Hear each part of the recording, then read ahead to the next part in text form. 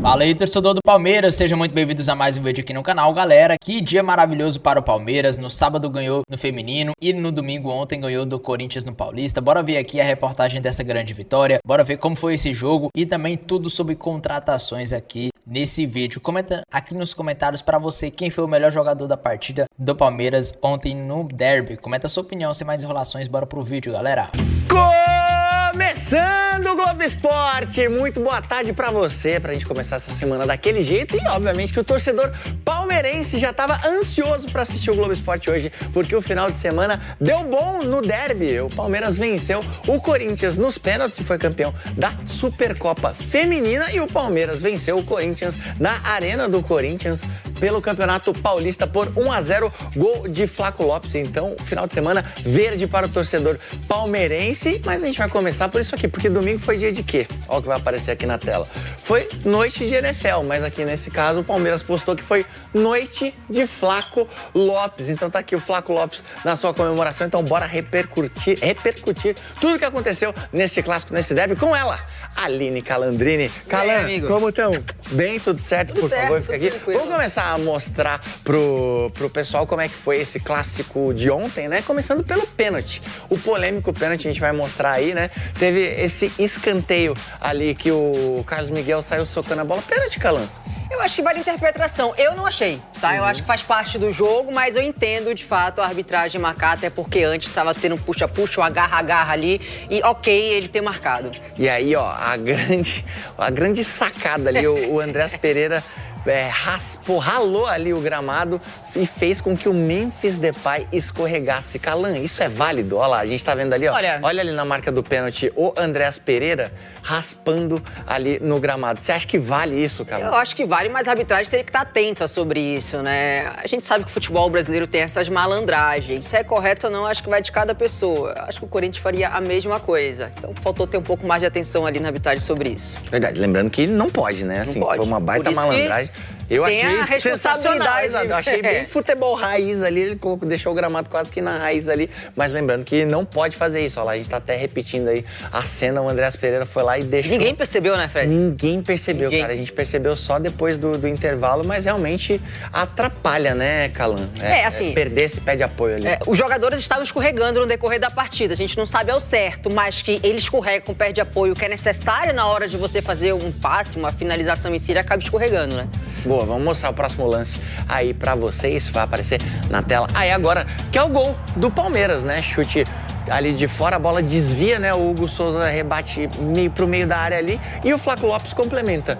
Dá pra falar que foi uma falha do Hugo ali, cara? Eu acho que o Hugo teve uma falha, assim. É claro que em início de temporada a gente ainda vê os goleiros meio ainda, né, tentando se encontrar. O início do Hugo não é tão bom e acho que ele poderia ter feito um pouco melhor ali. Agora, o Corinthians foi superior na partida, né, Fred? Isso é importante falar. O Palmeiras aproveitou muito bem nos contra-ataques e acabou sendo efetivo, como a Abel acabou falando também na entrevista. Deve ser uma tática reversa, porque ano passado o Palmeiras jogava melhor e perdia os clássicos. Ele jogou pior Por isso que ele fala, né?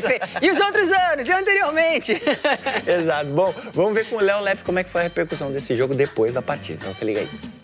O Palmeiras venceu o primeiro derby de 2026, 1-0. Nós estamos aqui na zona mista da arena. Daquele lado ali vão passar os jogadores do Palmeiras. Desse lado aqui vão passar os jogadores do Corinthians. E é daqui que nós vamos contar como foi esse clássico, esse primeiro Corinthians e Palmeiras de 2026. Pelos olhos de quem trabalhou no jogo e, é claro, pelas palavras de quem atuou no primeiro Palmeiras e Corinthians e Palmeiras deste ano. Até teve um torcedor que ficou olhando pra mim, gritando, vai lá, vai lá. Eu falei, mano, ficar empurrando um outro lá não é muito minha vibe, não. Não. É coisa do futebol que começa e acaba dentro do campo. Não é a primeira vez nem a última vez que vai acontecer isso. Faz parte. Deveria ser mais observado pela arbitragem, né? Que isso, a arbitragem que tem que ficar tomando conta. Eu tô com o Johnny Inácio. O Johnny Inácio é fotógrafo freelance. Ele estava lá fazendo a cobertura da partida atrás do gol do Palmeiras. Você chegou a ver o Andréas castigando ali a Cal ou não? Eu honestamente vi só depois. Mas o que ficou evidente foi o escorregão. Então mostra pra gente as imagens que você fez ali do escorregão do Memphis. Você acha que isso influenciou no escorregão dele? Provavelmente. Então aqui tem a sequência, ele já posicionado, aí aqui o pé dele já tá bem... O pé de apoio já tá bem já foi pro espaço aqui. No meio daquela confusão, vocês nem perceberam a movimentação do Andréas, ninguém viu? Na hora do pênalti eu tava conversando com o Dorival, tava longe da área. Faz parte do futebol, infelizmente foi contra nós.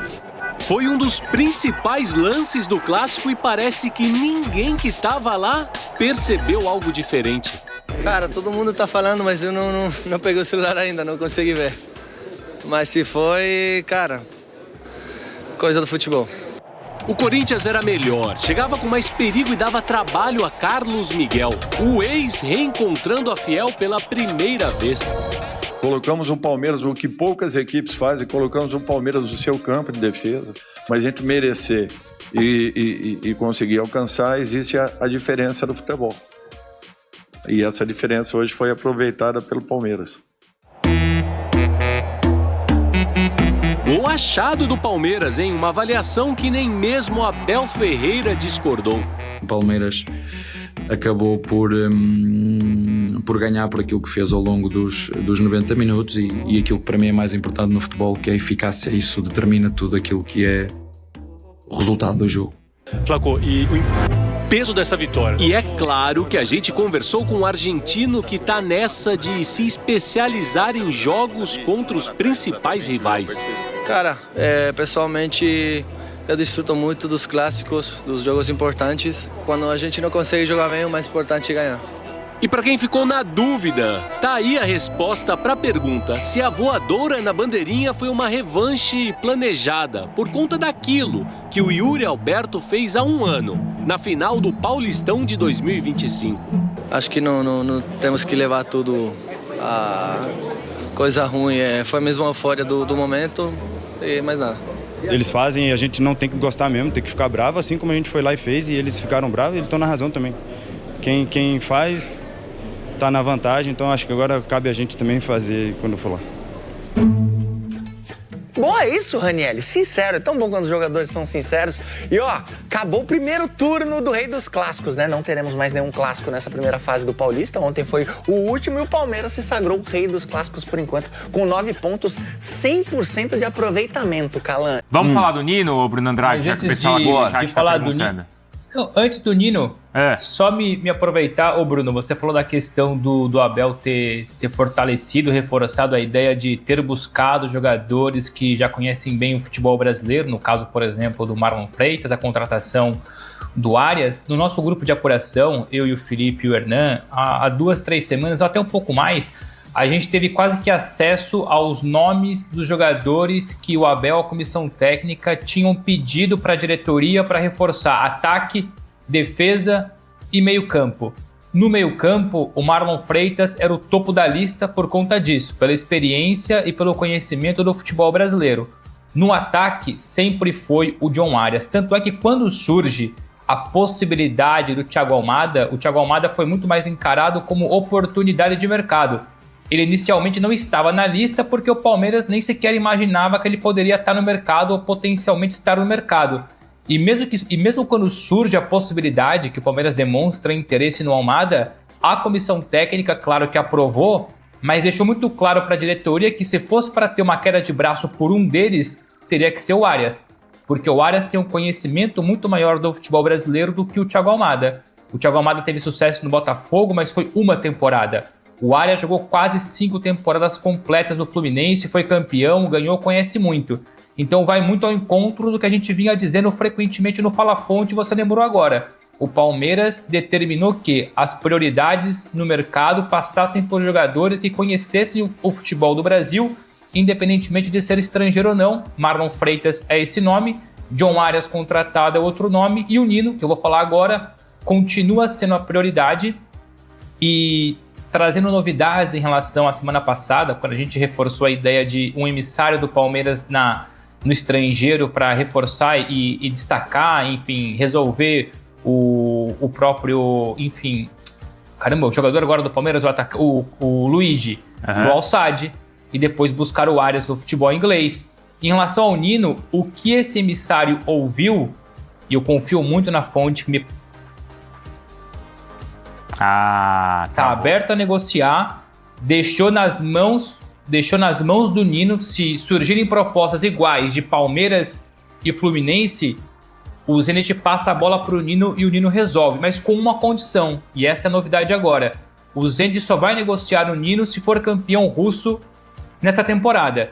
Se não for campeão russo, o Zenit arrisca segurar o Nino um pouco mais. E o Nino continua como prioridade absoluta do Palmeiras para reforçar a defesa. Eu fui olhar agora aqui a tabela do futebol russo, do campeonato russo. O Krasnodar é líder com 40 pontos, o Zenit em segundo com 39, 1 ponto de diferença, 18 rodadas já completadas.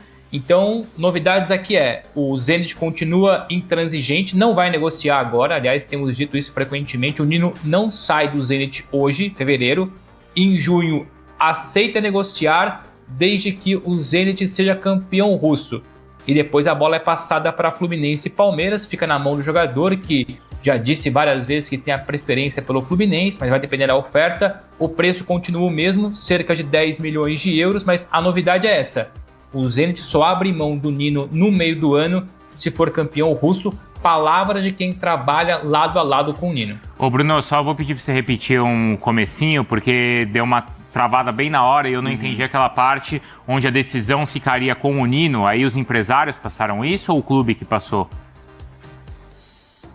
O clube passou para os representantes do Nino essa condição e depois a bola fica nas mãos do Nino. Tá. E já aproveito e pedir desculpa para vocês, porque, enfim, Portugal continua passando por uma tempestade histórica, conexão instável, horrível. Enfim, espero que ao longo da semana isso melhore. Não deve melhorar muito, porque a previsão é de tempestade ainda mais forte amanhã e depois de amanhã. Portugal fustigado por conta disso, mas com um novo presidente. Portugal elegeu ontem um novo presidente. Caramba, hein? Mas agora a gente entendeu. Deu pra entender. Palmeiras ganhou porque foi mais eficiente, né? O Palmeiras teve praticamente 2 chances. Foi a do Luigi, que foi cara a cara, perdeu a bola com uma roubada do Mateuzinho. O Mateuzinho se recuperou da besteira que ele ia fazendo ali. E depois o Palmeiras aproveitou com o Flaco Lopes para fazer o 1-0. E, de novo, como eu disse, sendo eficiente. Eu achei que o jogo, taticamente, no primeiro tempo, o Corinthians teve mais a bola. O Corinthians começou até batendo mais. Teve um determinado momento, estava 7-0 para o Corinthians. A primeira falta do Palmeiras foi aos 34 Exato, do segundo, aos 34. Então, qualquer tentativa de o Palmeiras trocar a bola, eu acho que o Palmeiras tocou bem pouco a bola no primeiro tempo, que fique claro. Mas nas poucas vezes que tentou, o Corinthians matava o jogo com alguma falta, às vezes no Vitor Roque, às vezes no Flaco, às vezes no Andréas, enfim.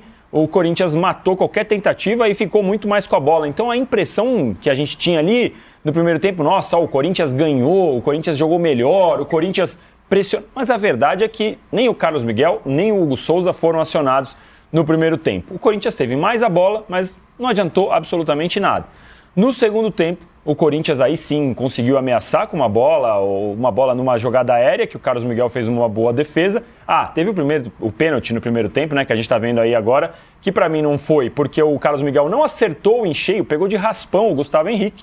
Aí o Memphis errou, escorregando aí, como a gente vai ver nesse replay, uma escorregada histórica, como gostaria de dizer os corintianos em relação ao derby, né? E aí, Tironi, na prancheta, no tatiquês, a gente vai olhar, o Palmeiras ficou devendo muito. No primeiro tempo, o Vitor Roque jogava sozinho pela esquerda, o Alan desapareceu, o Flaco não tocou na bola, o Maurício não tocou na bola, o meio de campo com o Bidon, André, Ranielli do Corinthians foi bem melhor que o Palmeiras. No segundo tempo, o Palmeiras resolveu, a hora que percebeu ali que o jogo estava mais difícil, o Corinthians conseguiu pressionar um pouco mais.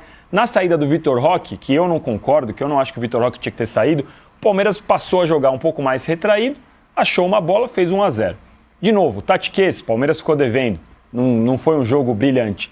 Mas o que o Abel tanto procura, o que o palmeirense tanto procura é a tal da casca que ele fala. E ontem o Palmeiras deu alguns sinais importantes. O Marlon Freitas encarou 2, 3 jogadores do Corinthians de uma forma que a gente não via ninguém do Palmeiras fazendo um derby há muito tempo. Essa questão eu até discordo um pouco do Trajano, acho que faz parte do folclore do futebol, o que o Andréas fez, o que o Flaco fez. O Yuri Alberto fez igual no Allianz Parque, quando o Corinthians ganhou de 1-0. E o Yuri Alberto fez igual num jogo em que o Palmeiras deu 25 finalizações, o Yuri Alberto achou uma, fez 1-0, foi lá, chutou na bandeirinha e virou história, virou meme, virou figurinha. No final faz um pouco parte do folclore do futebol. Então foi o tipo de vitória que é bom, que é importante para o ambiente. Imagina como foi o vestiário do Palmeiras ontem. Para reconexão entre torcedor e time. Agora, o tatiquês, é bom que o Abel saiba que a vitória foi muito mais um acaso do que uma questão pensada, treinada. O Palmeiras precisa melhorar no jogo, mas esse tipo de vitória é muito importante para construir casca, para dar um ambiente diferente para o Palmeiras, Tirone. Ô, Juca, e por que o Corinthians perdeu?